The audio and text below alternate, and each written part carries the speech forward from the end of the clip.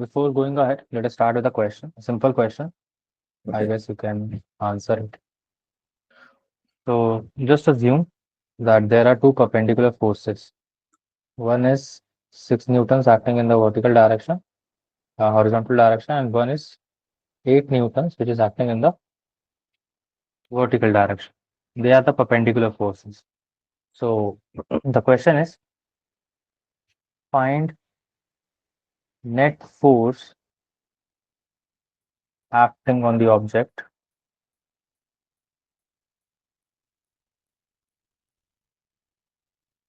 both magnitude as well as direction. So you have to find both magnitude as well as direction.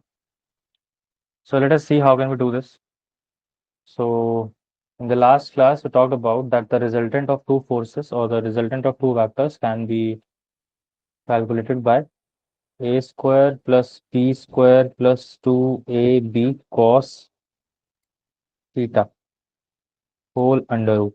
So here we'll apply the same. So resultant of these two forces, I can write it as R net. As of now, we are going to find out the magnitude first.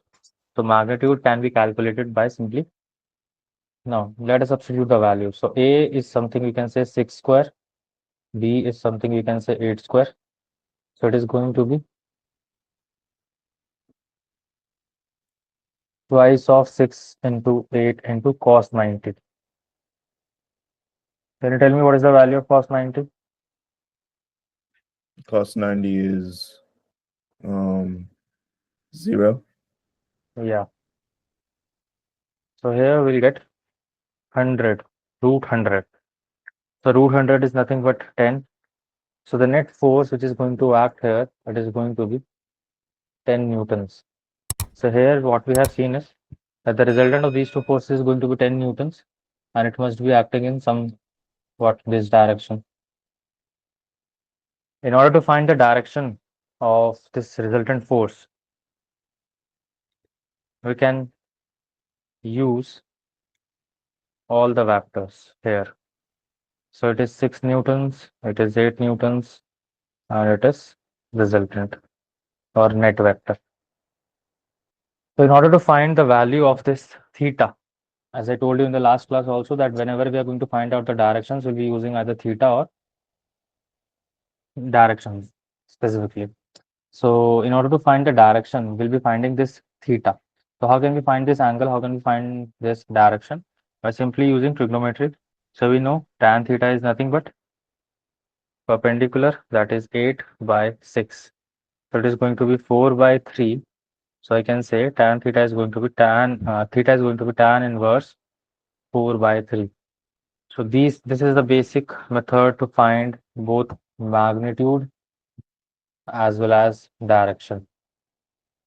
So Okay. tan newtons will be the direction, and this tan newtons will be the magnitude of the net force, and theta will give us the direction of this net force. So this is how we are supposed to solve these vectors.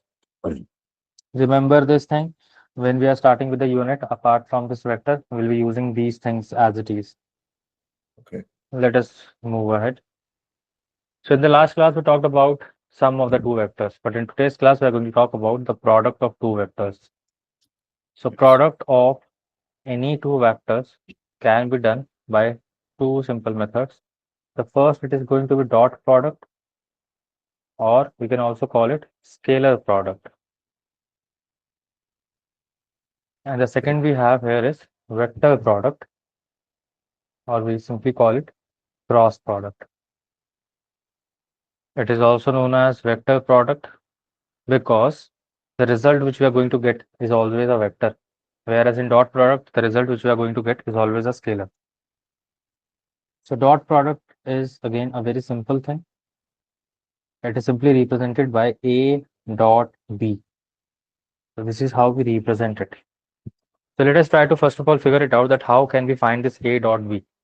So in order to do so, we'll be assuming that we have two vectors. The first is A, and we can write it as AXI cap plus AYJ cap plus AZK cap.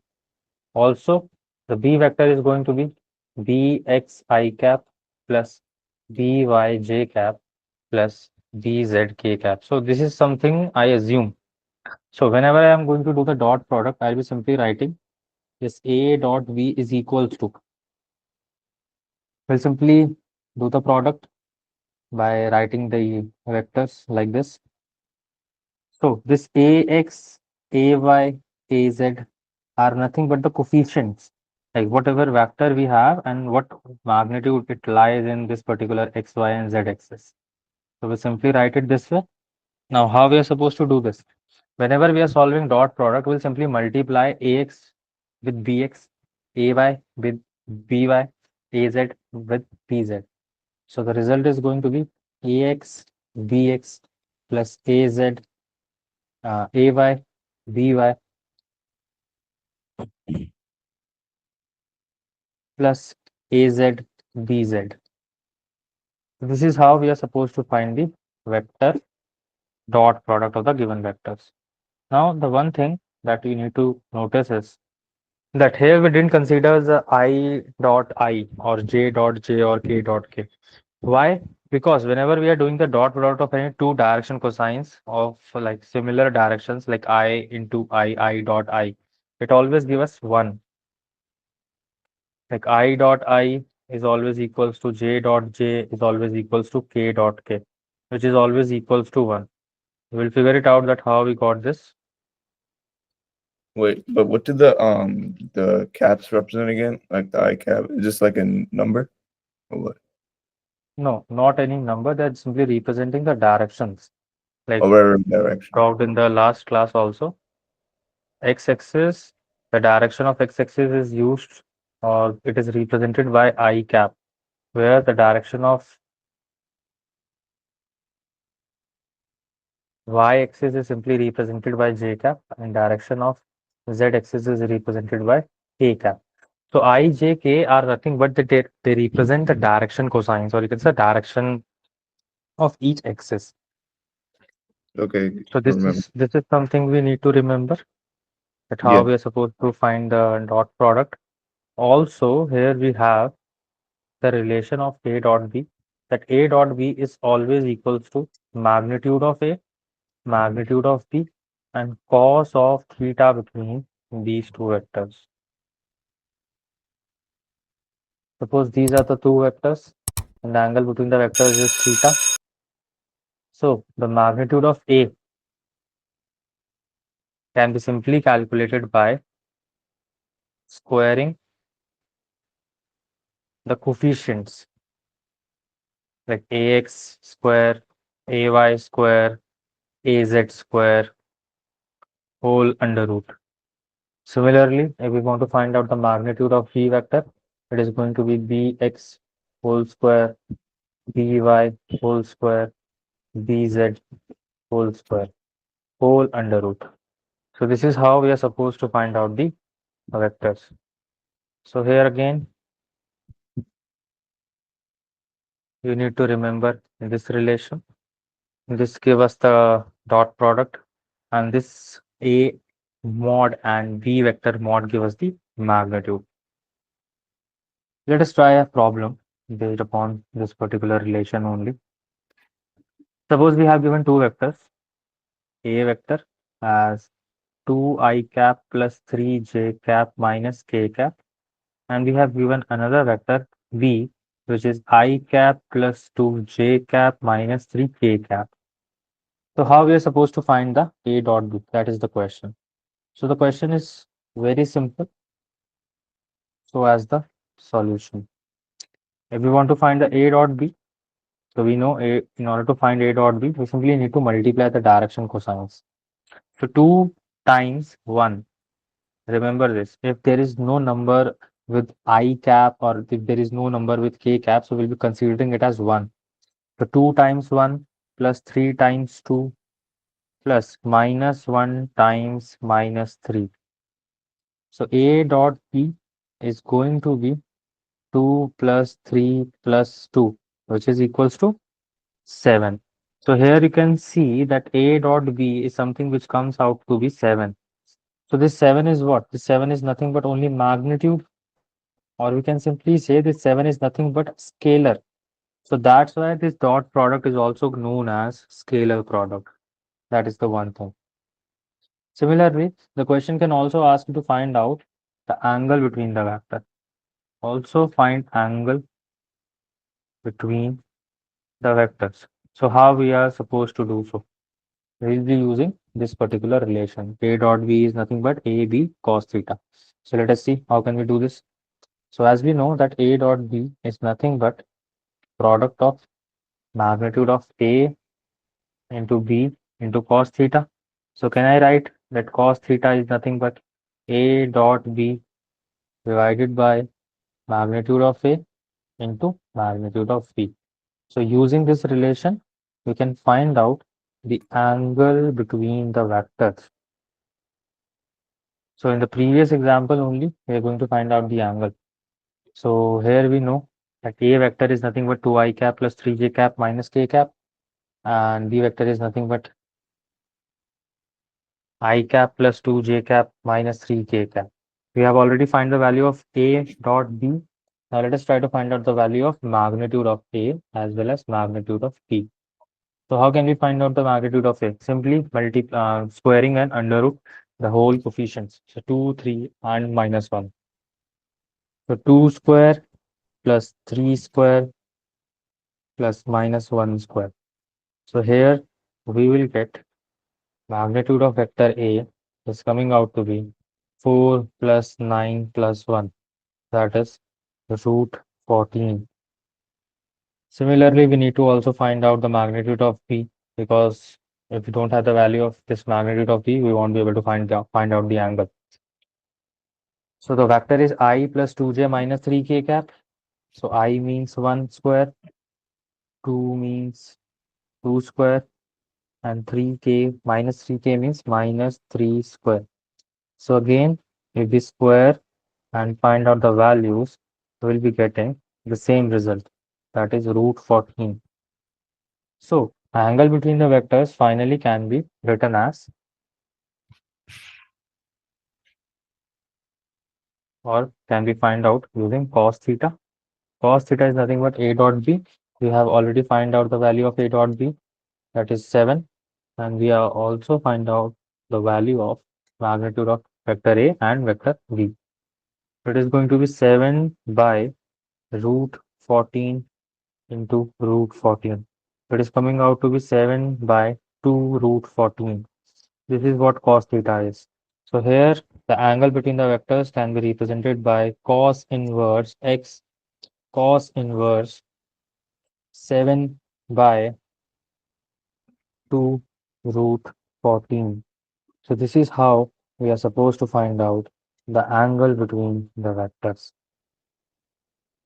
Whenever there is any two vectors given to you and the question says what is the angle between the vectors, we will always use dot product, or we will always use this relation. Always remember this. So we can also explain it as that we are here finding direction between the two vectors. So does all this make sense? Yeah. But so what's the given information that you need to The given find? information that we need to find out these things is the two vectors, Okay. that is Oh, A vector and B vector. So okay. let me give you a question, try it out and tell me. So here's a simple question for you Yeah. based upon what we have done. So here you have given two vectors, A, which is supposed to be 2i cap, 2j cap plus 2k cap, and we have given another vector, 8i cap plus 8j cap plus 8k cap. So the question is again very simple. Find angle between the vectors. So just try it out and let me know what is the angle between the vectors. Okay.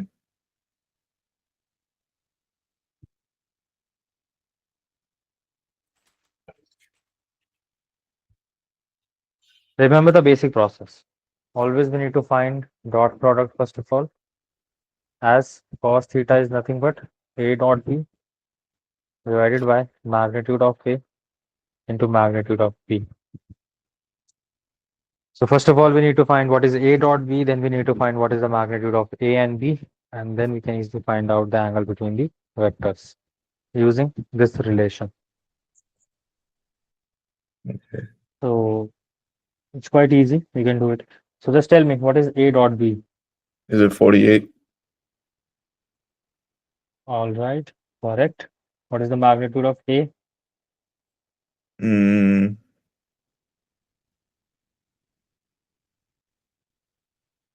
it's a square root ax squared plus ay squared plus a3 squared, right? Or no? Yes. So 4 plus 4 plus 4, that is 12, root 12. Okay. Similarly, what is the magnitude of vector B? Tell me. Um,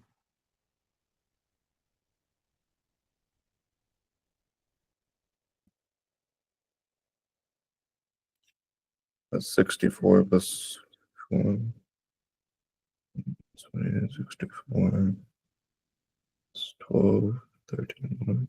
Well, square root 192. Correct. So let us try to figure it out that what we can write in place of this. Like, can we actually solve it? I guess we can. So Okay. root 12 times root 192. And we need to figure it out that what it is exactly. So just solve it and tell me what cos theta is going to be. Okay.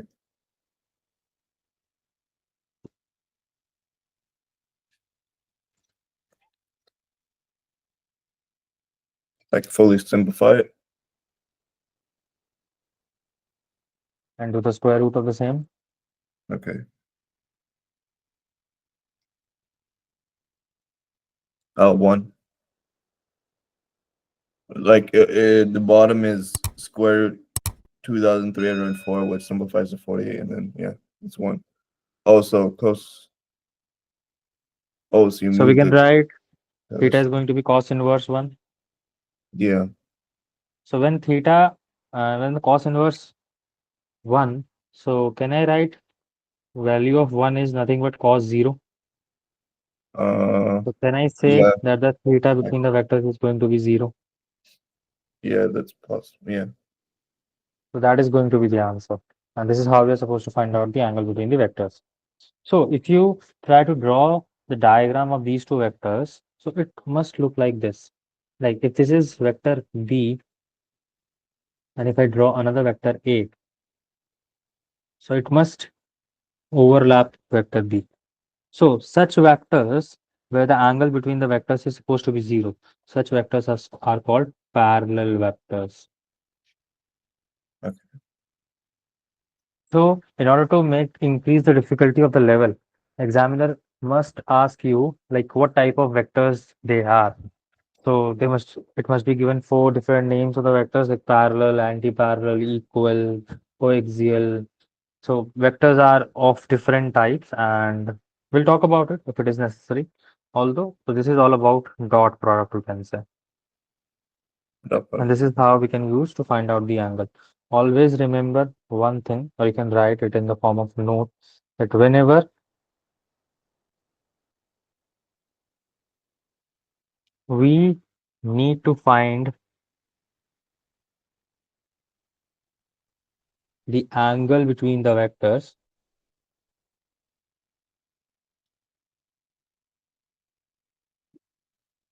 whenever we need to find the angle between the vectors, we will always use dot product Okay. because it helps, or you can say it makes question a little easier in comparison to the cross product. Yeah. So let's talk about how can we actually find out cross product. Mm-hmm. A very important thing, and cross product is also known as vector product. Why? Because the result which we are going to get is a vector. So result is going to be a vector always. So that's why we name it as vector product also. So same process.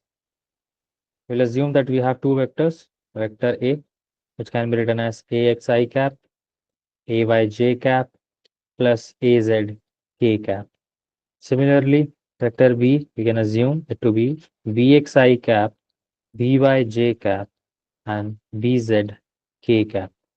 So how A cross B is actually written? It is written this way, A cross B. So in order to find out the value of A cross B, we actually make a matrix. Like this is a complete new thing, but we need to understand that how we are actually supposed to do this. In Oh, I order to saw. find, yeah, in order to find the cross product, we will make a matrix, and will look like this. So we'll first of all, in the first row, we'll write I, J, and K cap. That is the direction cosines. And in the later on rows, we'll write the coefficients of each vector, like AX, AY, AZ, BX, BY, BZ. Now, how we are supposed to solve this matrix?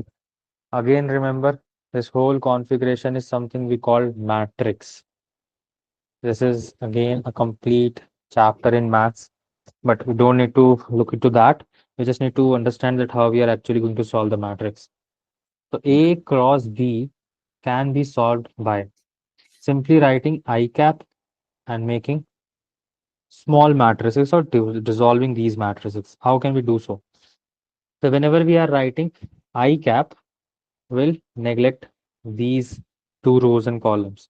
And whatever coefficients we are left with, we'll write it as it is in the given matrix. So it will be AY, BY, AZ, BZ. Remember the process that how we are doing it. Okay. Neglect the same row and column of I cap and then repeat the same process.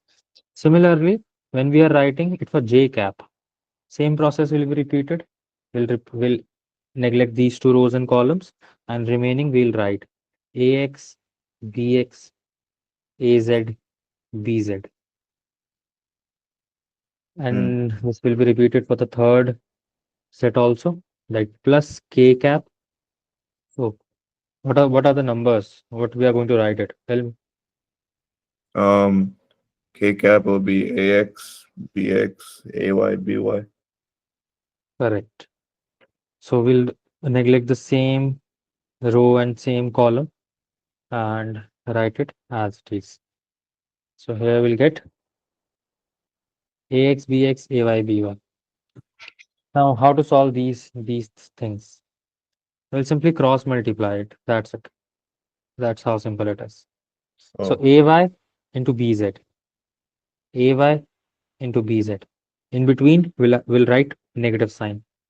AZ into BY.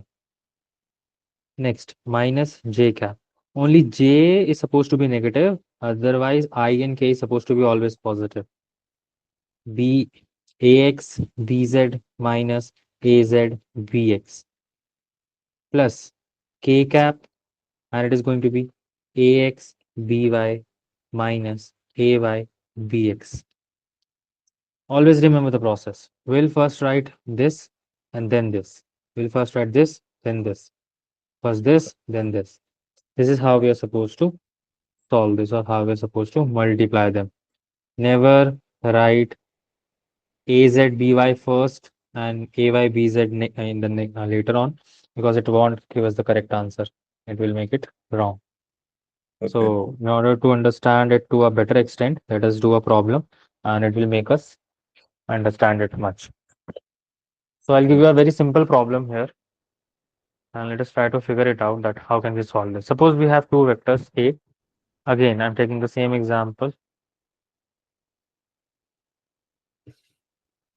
and I have another vector B, which is supposed to be I cap minus J cap plus 2K cap, like that. The question is same, find A cross B. As we're doing it for the first time, so we'll write each and every step. Once we are comfortable with this process, we can solve it directly also. So A cross B can be written as, we'll make a matrix I, J, K, like that. So what can I write here? Tell me. in place of I, J, Um, K. you write two I. All right. Sorry. What? Just the numbers, right? Yeah, Okay. Two J one. Sorry. Two three one. 2, 3, Oh, negative negative one. 1. Negative Yeah, one. And then one negative one two. exactly. So A cross B is going to be, again, we'll follow the process. We'll remember the steps. We'll make it this way. Right. So what I'm supposed to write inside this? Tell me. Um. Right. Two. Think again. This is I, so we'll neglect these rows and these columns. Oh, So right. here Right. we'll have 3 Three negative minus 1 minus 1, 2. one two. Similarly Right. for J cap, what can I write? Tell me. Two one minus one two. Correct. 2, 1, minus 1, 2. And in this matrix, Two two one three negative one. exactly. So here I'll write I cap. So 2 times 3 is going to be 6. Minus 1 time minus 1 is going to be positive 1.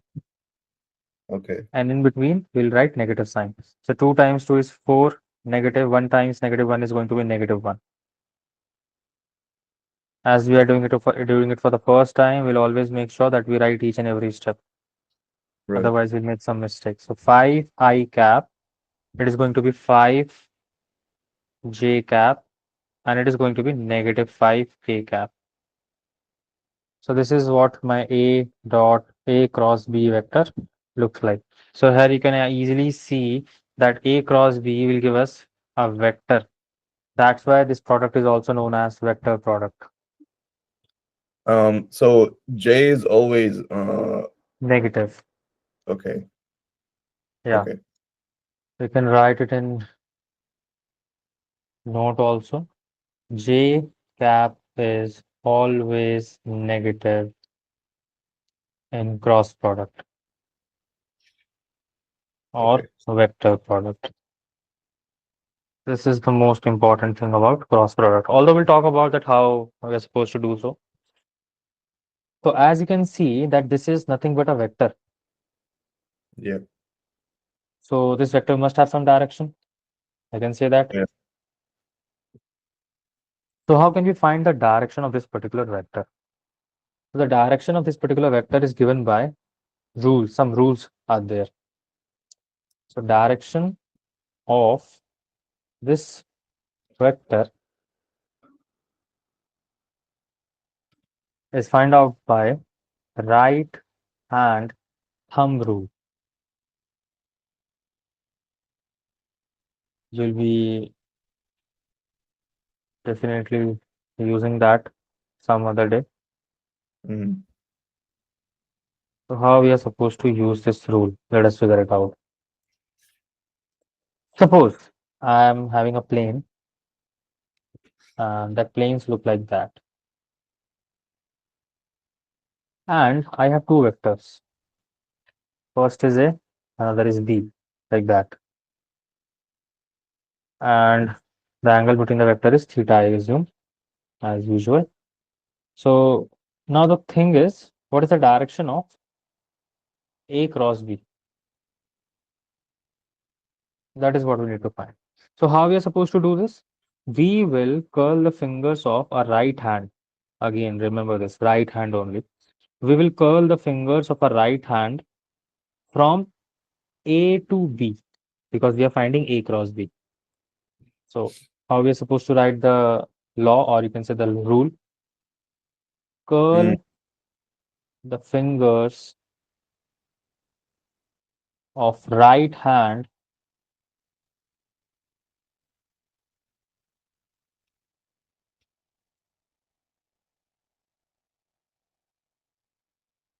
right hand from initial vector to the final vector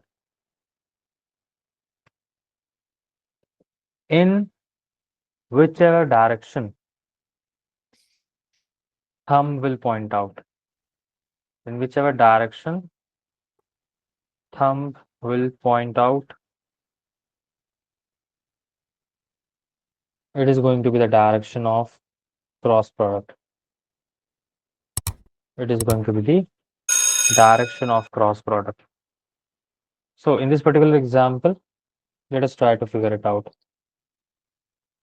So if I curl the fingers of my right hand from A to B direction, so my thumb will pointing out in this particular direction, that is Z. Or I can write it as that the direction of Z is going to be K cap. Similarly, in the same example, if the examiner asks us to find the direction of B cross A, so again, what we need to do is we need to curl the fingers of our right hand from B to A. And whenever we are curling our fingers from B to A, the direction of B cross A is going to be negative K cap, negative K cap. So this is the basic difference in order to find out the directions. And again, this is a little important and somewhat in some cases, examiner might ask us that what is the direction of this cross product and this dot product. Okay. So yeah, so this is how we So can actually find out the cross product and its direction. One when more it's important, yeah, when go it's ahead. like the vector B first, why would that make it going down? Is that oh yeah, because I curl the thumb rule? Yeah, because you're curling your fingers of your right hand from B vector to the direction of A vector.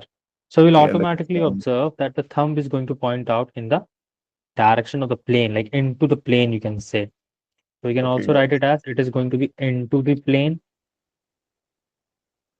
like inwards,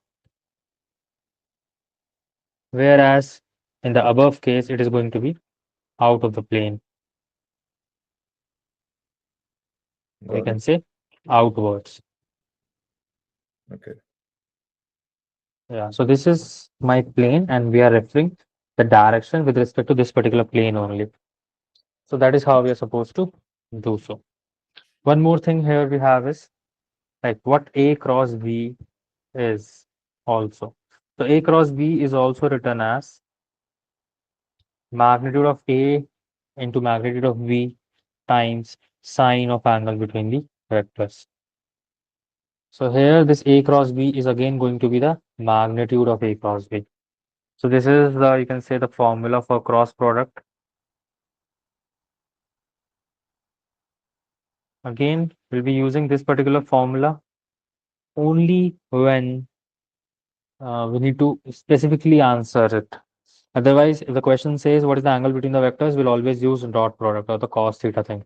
Why? Because finding angle from this particular relation is a little, you can say, difficult process because we have to solve a lot. We have to make the matrix, we have to do A cross B, then we have to find the magnitude of A cross B. Like, how can we find the magnitude of A cross B? So, in order to find out the magnitude of A cross B, the same process 5 square plus negative 5 square plus negative 5 square whole under root, which is going to be root 75. This is going to be the magnitude of A cross B. So this is one such way to do this. And as there is nothing mentioned like what exactly A vector and B vector is, so we'll simply write units in place of unit. So that is again an important part of understanding how vector can be actually solved. Okay. Yeah.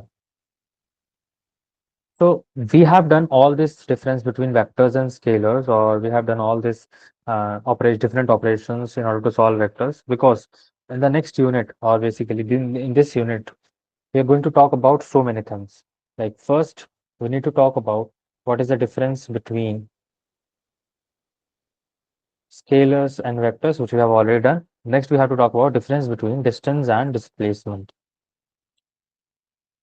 Okay. So in order to understand the difference between distance and displacement, we need to understand that what type of quantities these two things are.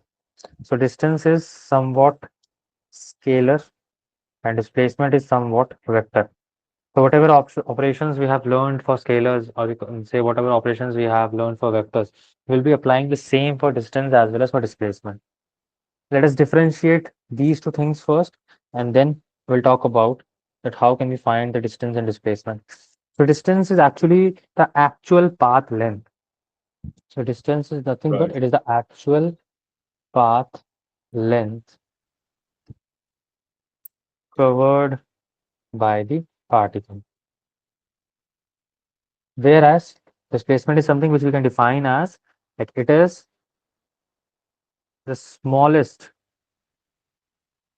distance between initial and final position.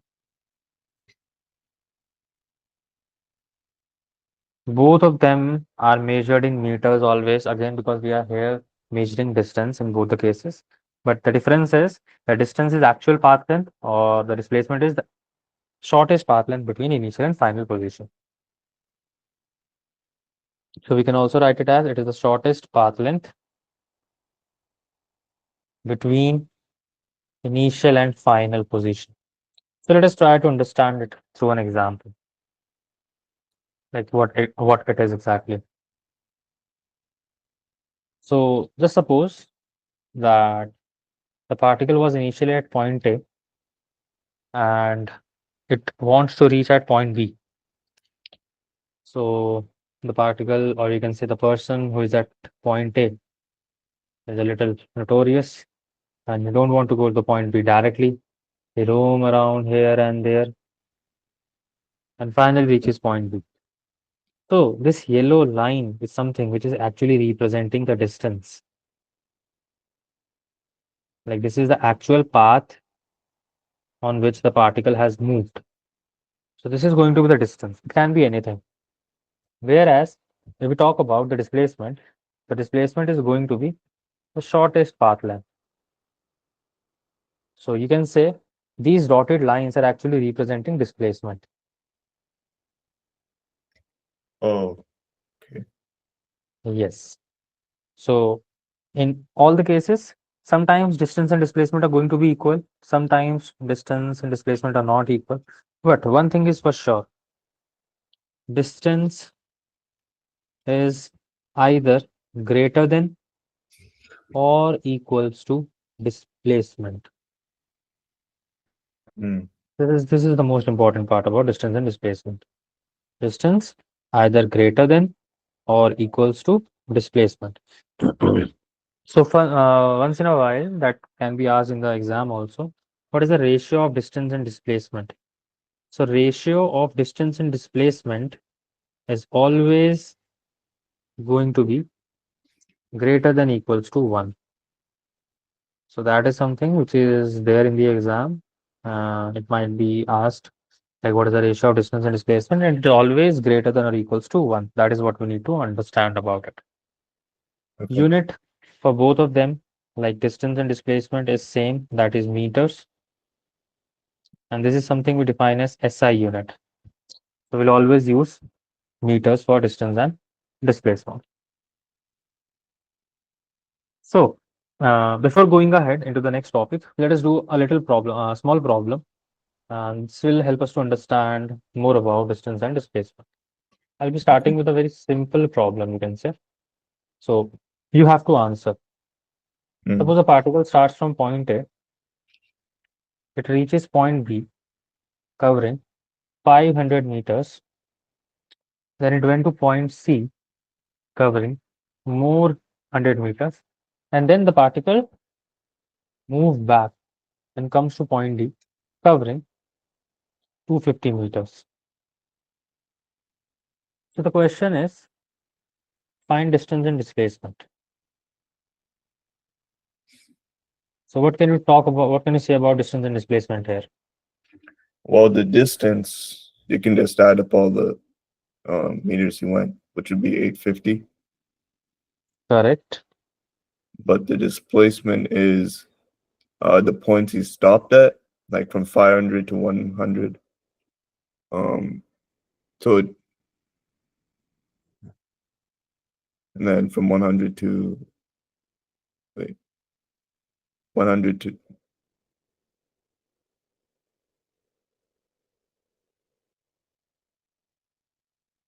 Tell the answer. mm,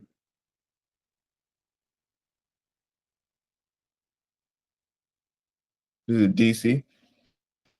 Yeah, it's DC, but what exactly it is Oh, 250. in meters? 250. Think again. Oh, sorry, From 350. A, yeah, 350. So it is going to be the displacement. So here you can also verify this thing. The distance is greater than displacement here. All right, let me give you another example and another question you can say. So Wait, now but how do you suppose know that length is it just like how do you know DC is the displacement? not DC, it should be AD. It should be AD. Like AD? what displacement is? It is it is the distance between final and initial position. So the initial position of the particle is supposed to be A. The final position is supposed to be D. So the distance between Oh, final and initial position, it is going to be 600 minus 250, that is 350. got it. Okay. 600 minus 250, that is 350 meters. Whereas whenever we are talking about distance, so it is the actual path length. So it is going to be A, B plus B, C plus C, D. So that way it is coming out to be 8. All Okay. right. Yeah. So one more question. Just think Mm. and tell me. So the question says a particle starts from a certain point, moves 40 meters towards east. Then he goes 30 meters towards north. So the question is again very simple. Find distance and displacement. Okay. Well, distance is 70 meters. All right. And then now for displacement, start from the starting point, ending point. So would it be This is going to be the displacement. Dotted lines. um yeah, well, oh, So so how do you can we just use find this? Pythagorean theorem?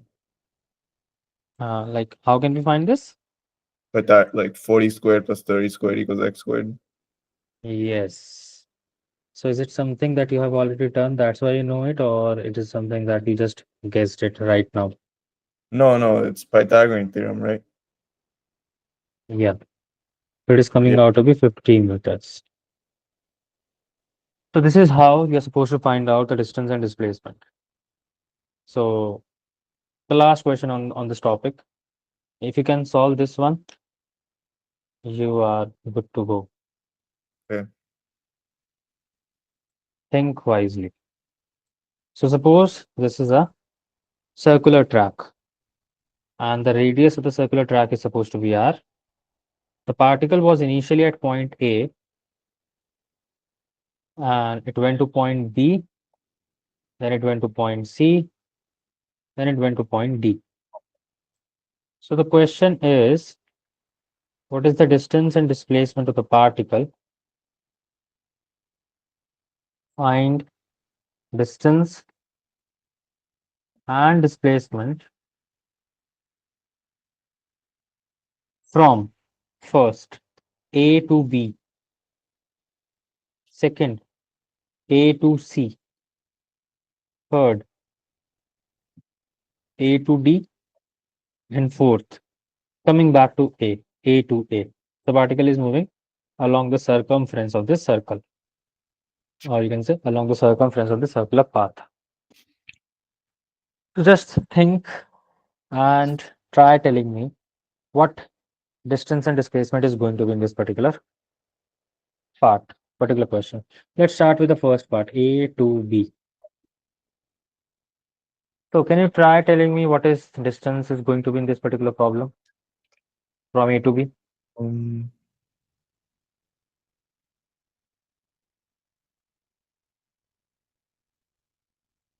you have to use like arc length or something. Yes, going Um, good. oh, 90, right?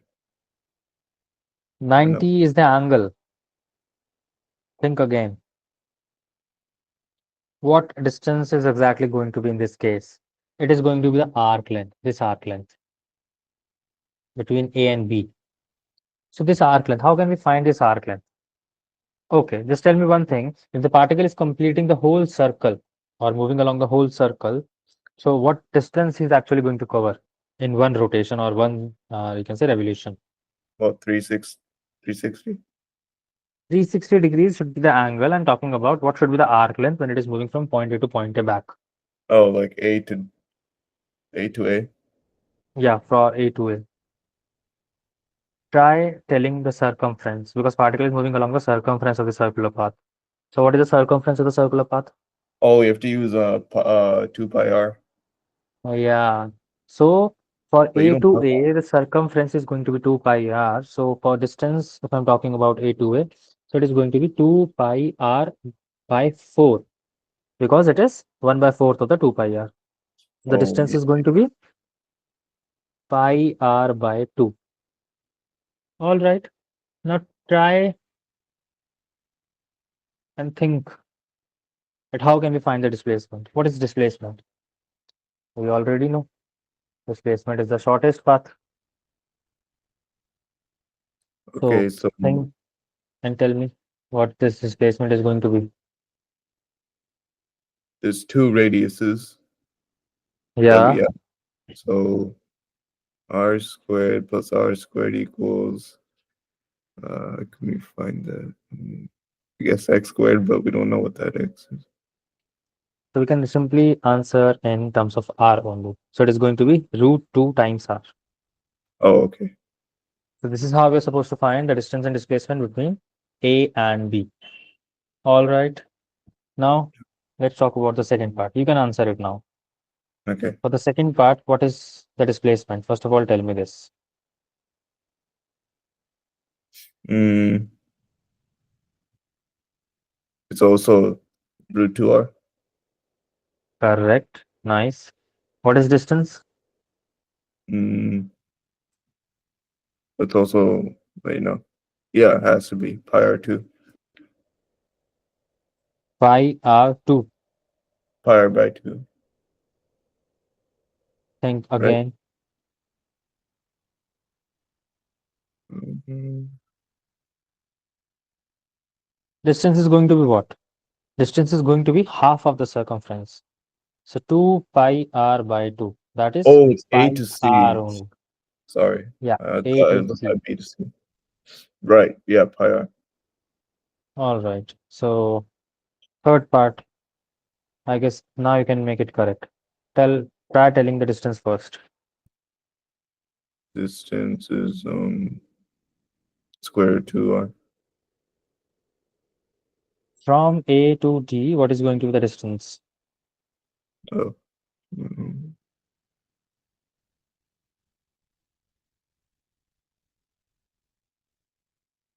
A to D.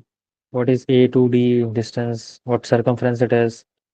Oh, that's pi r divided by 3. Don't think it this way. Always think it this way that what circumference it is, like how much circumference it is. So if you look at the particular figure, it is going to be 3 by 4th the circumference. 3 by 4th of 2 pi r.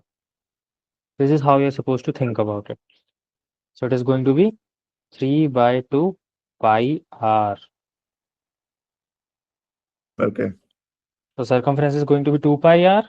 And we know from A to D it is going to be 3 by 4th. So it is going to be 3 by 4th of 2 pi r. All right. Now what is the displacement between A and D point? Mm, it's square root 2r.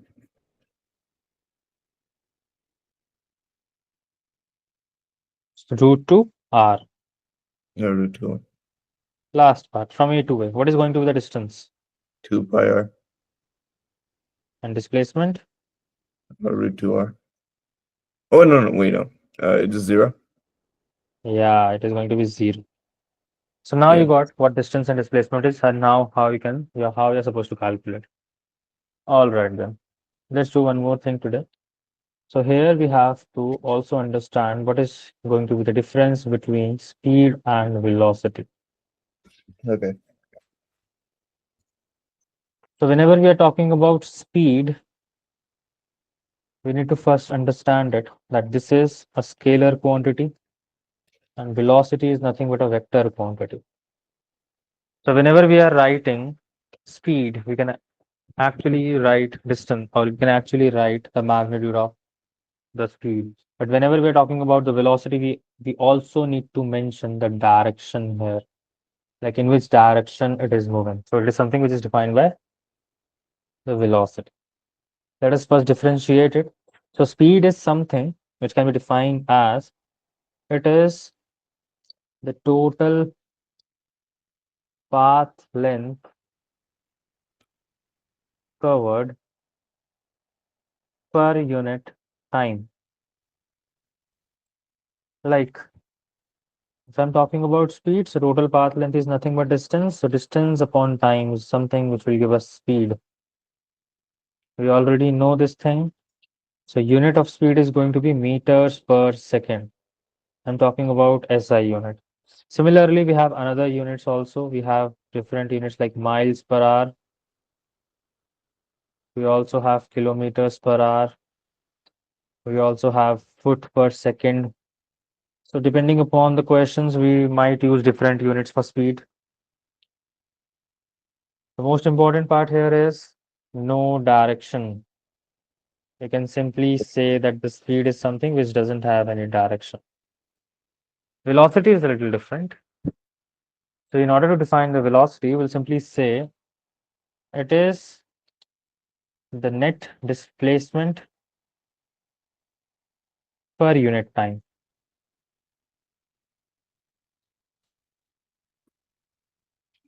So we'll simply represent velocity as displacement per unit time. Again, the units is going to be completely same. So this will give us the magnitude of velocity, displacement upon time. But we also need to understand or also need to explain the direction of velocity. So how we are supposed to write the direction. So whenever we are writing the direction of velocity, we'll simply say the direction of velocity is same as that of direction of displacement. Oh, So whatever direction of displacement is there, in that direction only velocity will be supposed to be there. Like for example, so as I said, suppose the particle was initially at point A and it's supposed to go at point B. So no matter whichever path the particle has followed to reach point B, I assume, so the displacement from A to B is going to be this. This is the right. vector which is actually representing the direction of displacement. So this Okay. direction of displacement is something which is also representing the direction of velocity. This is the same thing which will represent the direction of velocity. That is also we need to understand there.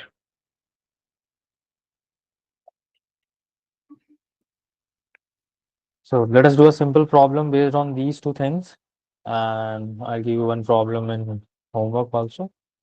Let's try Okay. that out and we'll discuss the same.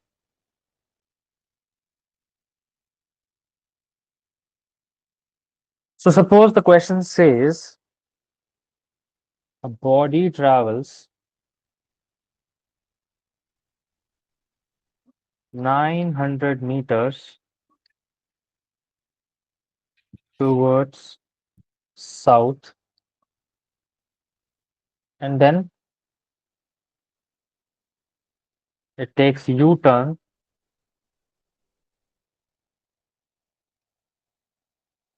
and travels 1800 meters in north direction.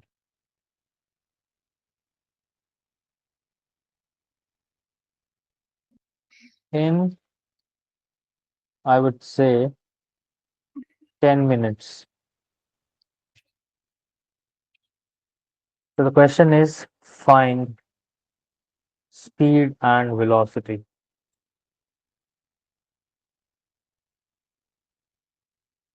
So very simple question here we have. First of all, we'll try to figure it out what speed is. So we know speed is nothing but it is distance upon time.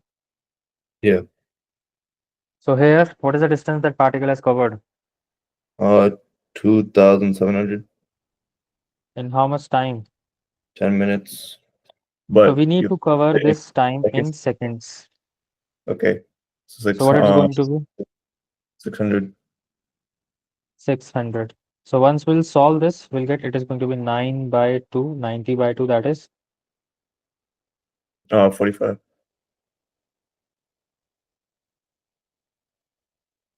it should be 4.5, 90 by 20. So 4.5 meters per second, I would say it is going to be the speed. All right. Similarly, we want to find out the velocity. We know velocity is nothing but displacement upon time. So now can you tell me what is the displacement in this case? It is 900. Correct. So it is going to be 900 by 600. That is, it is going to be 3 by 2, or you can say 1.5 meters per second. What about the direction? Well, it's changing. We'll simply say the direction is going to be towards north. Why? Because the particle first traveled towards south 900 meters. This is supposed to be its initial point, and then it finally travels 1800 meters towards north.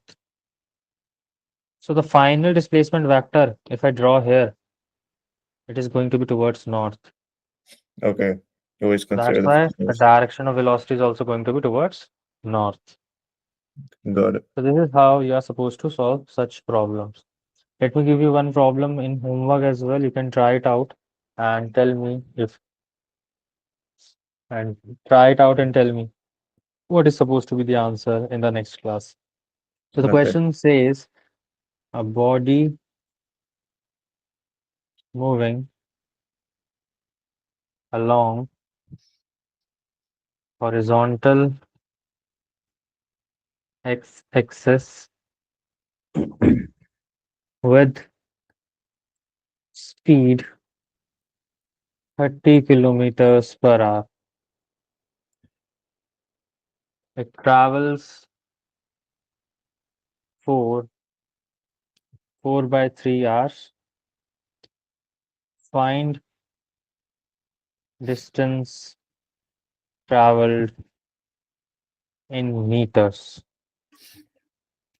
Okay. So this is going to be your homework. Try this out. Tell me in the next class. We'll start from here only. Sure. All right. I'll share the notes. You can check those notes out. And whatever you are doing in the class, just make sure you just tell me in the group only. Just Okay. text in the group that we have done this in the class today. We have done this in the class today, so we can align it accordingly. Sure. Yeah. All right, then. See you in the next